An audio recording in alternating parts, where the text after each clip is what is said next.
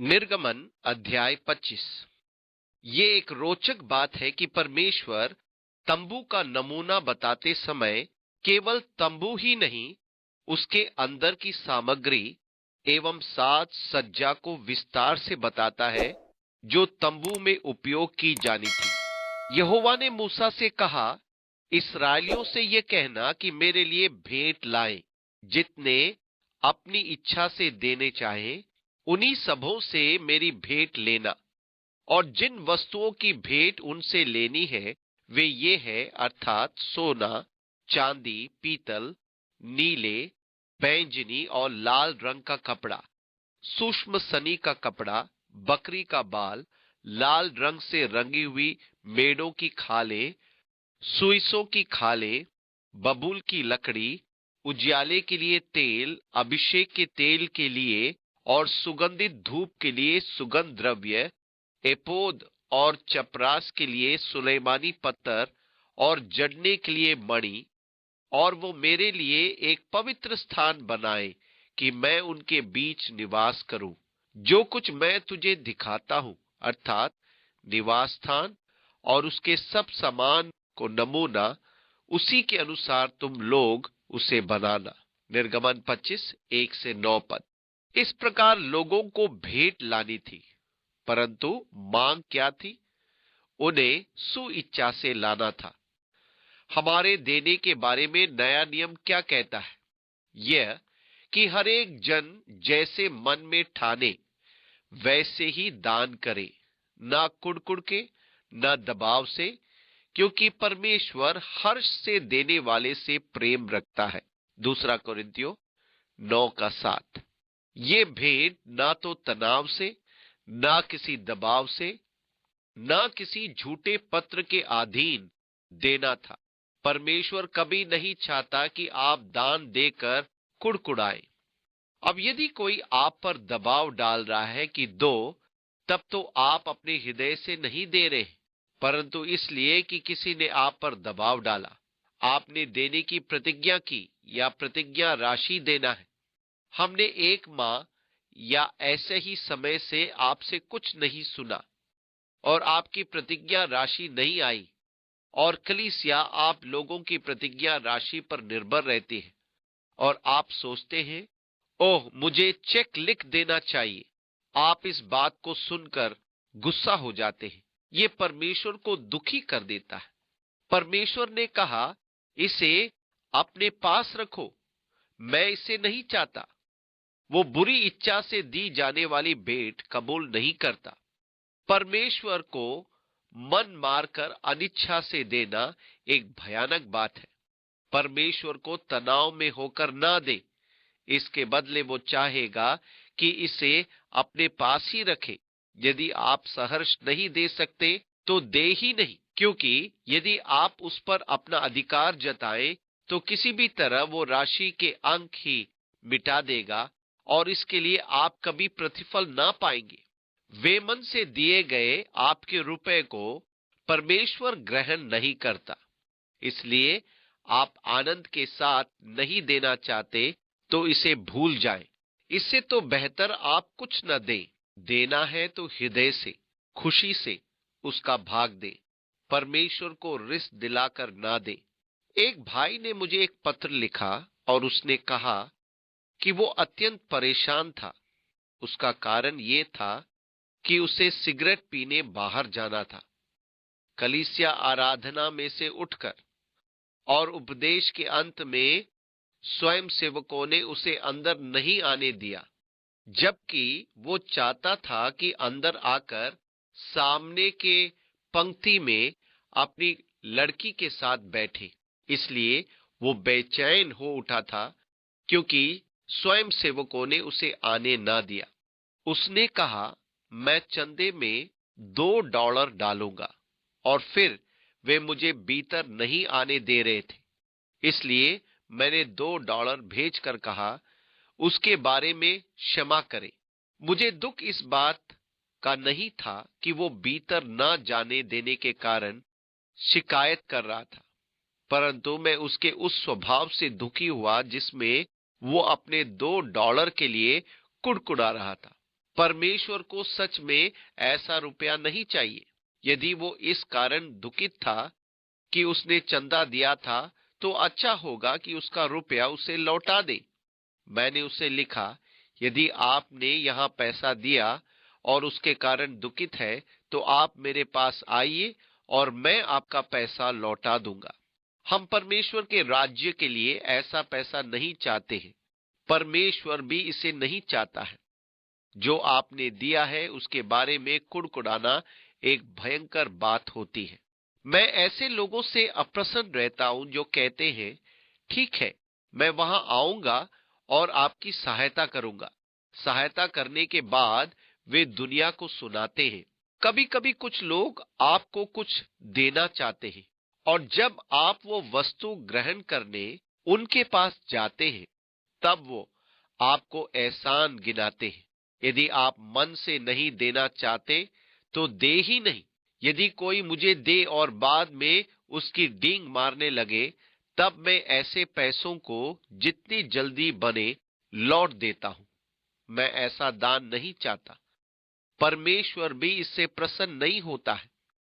परमेश्वर सहर्ष देने वाले से प्रसन्न होता है और उसे आशीष देता है। यदि आप इस तरह से नहीं दे सकते, तो ना देना ही बेहतर है। अब सबसे पहले तो वो उसे उस संदूक के बारे में बताता है जिसे परम पवित्र स्थान में रखा जाना है। तंबू का केंद्रीय स्थान वो स्थान जहां परमेश्वर उनसे मिला करेगा। अब ध्यान दे, परमेश्वर कहता है, जो कुछ मैं तुझे दिखाता हूं, अर्थात निवास स्थान और उसके सब सामान का नमूना, उसी के अनुसार तुम लोग उसे बनाना। क्यों? तंबू स्वर्ग का एक छोटा नमूना या प्रतिरूप है।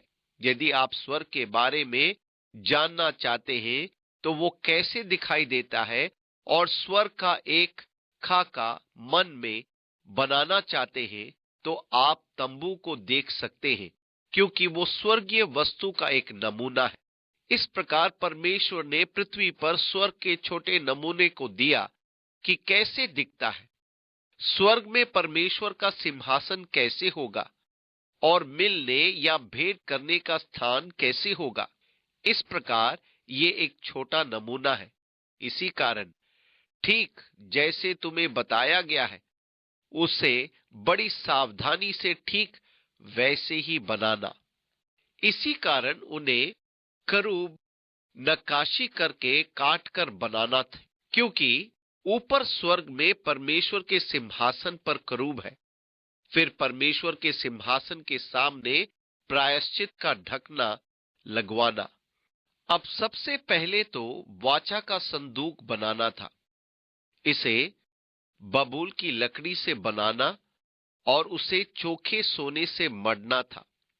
इसकी लंबाई 45 इंच और चौड़ाई 27 इंच रखना, और 27 इंच ऊंचा एक बॉक्स के समान।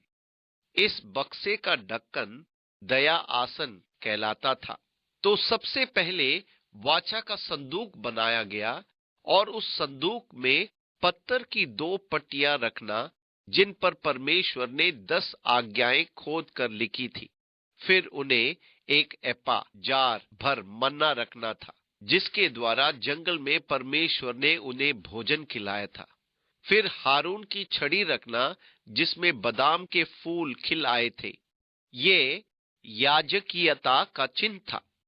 ये 3 वस्तुएं उस वाचा के संदूक में रखी जानी थी। संदूक के ऊपर के ढक्कन को दया का आसन कहा गया था। इसे भी बबूल की लकड़ी से बनाना और सोने से मढ़ना था, और सोना ढालकर 2 करूब पंख फैलाए बनवाकर दया के आसन के दोनों सिरों पर लगवाना। एक करूब एक सिरे पर और दूसरा दूसरे सिरे पर लगवाना। उन करूबों के पंख ऊपर से ऐसे फैले हो कि आपस में जुड़ते हो। इस प्रकार आपके सामने स्वर्ग में स्थित दया के आसन का नमूना उपस्थित था, जहां करूब परमेश्वर के आसन के पास स्तुति करते हैं। आप एहेजकेल अध्याय 1 और 10 यूहन्ना का प्रकाशित वाक्य अध्याय 4 पढ़कर उस स्वर्गिक दृश्य को देख सकते हैं जिसका नमूना इस तंबू में दिया गया है। ये परम पवित्र स्थान की साज सज्जा की वस्तुएं थी। 15 फुट धनाकार का बनाना। अब दूसरी वस्तु जो उन्हें बनानी थी वो एक मेज थी। पद 23।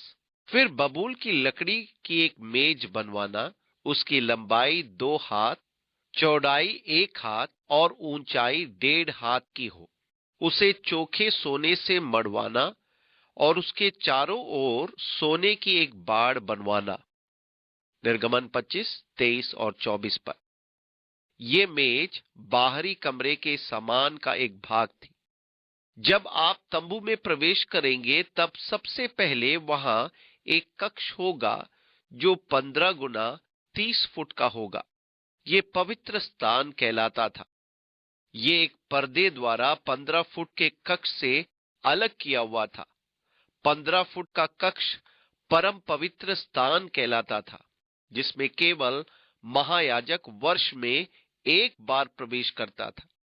अन्य किसी का भी इसमें प्रवेश करना वर्जित था।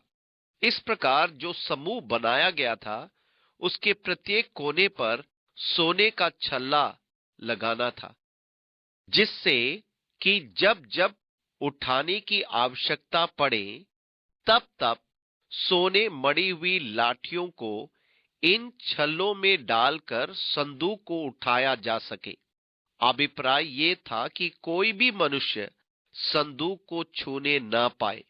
इस प्रकार उन्हें पवित्र मेज के सिरों पर भी सोने के छल्ले लगाने थे कि उसे भी सोने मढ़ी लाठियों द्वारा उठाया जा सके। इस मेज पर 12 भेंट की रोटियां प्रतिदिन रखी जानी थी।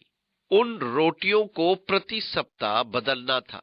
ये 12 रोटियां इस्राएल के 12 गोत्रों का प्रतीक थी। ये मेज 36 इंच लंबी, 18 इंच चौड़ी और 27 इंच ऊंची थी, अर्थात कक्ष के दाहिनी ओर रखी थी। कक्ष बाई ओर सोने का धूपदान रखा था।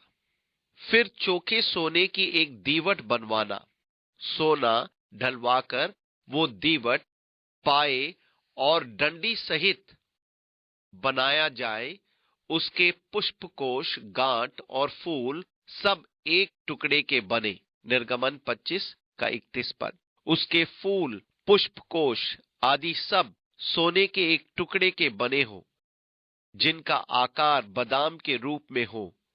उनमें तेल भरकर दीप जलाए जाने थे और ये दीप सदा जलते रहने थे।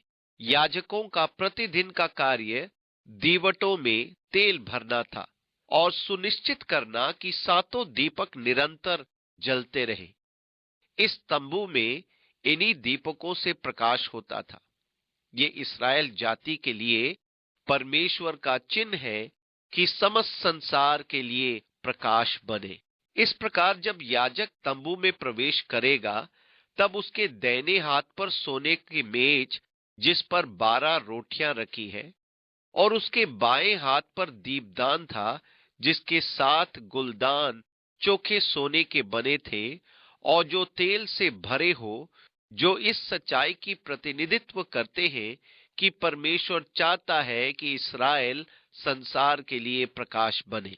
अब आप पूछ सकते हैं, जहां तब तंबू और इस्राएल का संबंध है कि वे परमेश्वर के चिन्ह स्वरूप है और संसार की ज्योति है, तो हम इसे अपने आराधनालय में क्यों रखते हैं?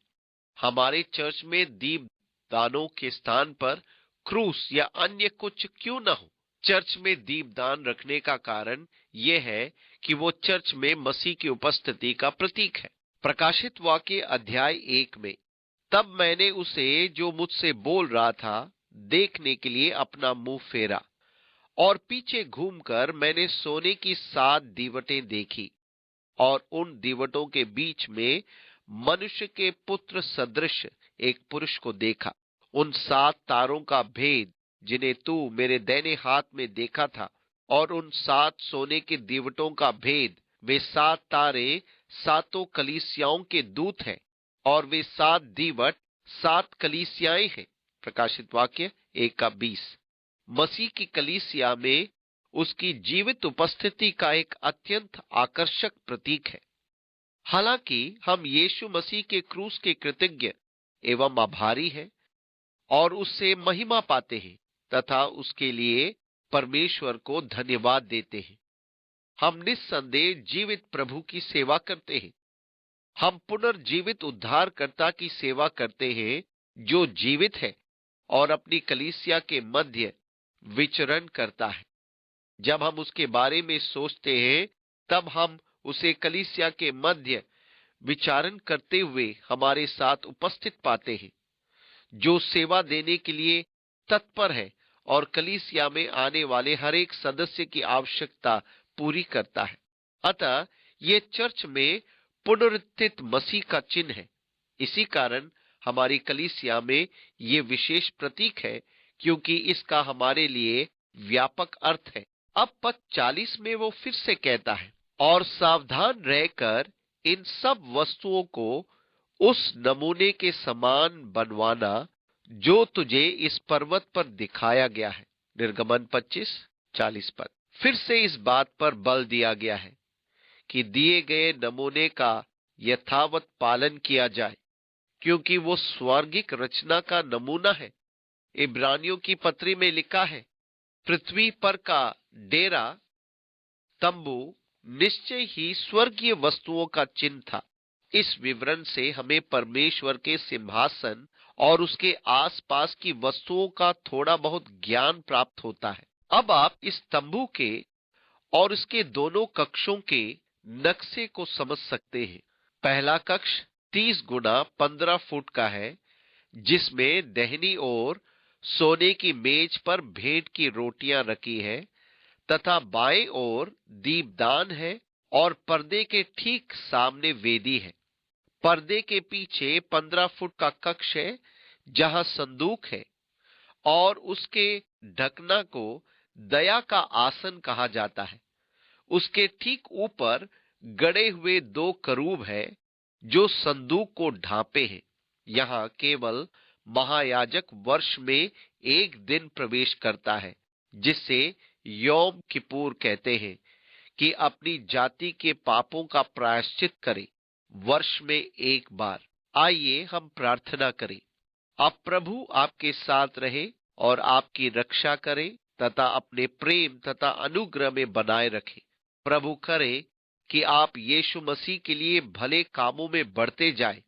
प्रभु आपको रिश्तों के नए आयामों को प्रदान करे कि आप प्रभु के साथ बने रहे और उसकी उपस्थिति तथा उसके सामर्थ का गहन बोध प्राप्त करें। परमेश्वर आपको आशीष दे। आपका आने वाला समय मसीह की संगति में आशीषित एवं फलदायक हो।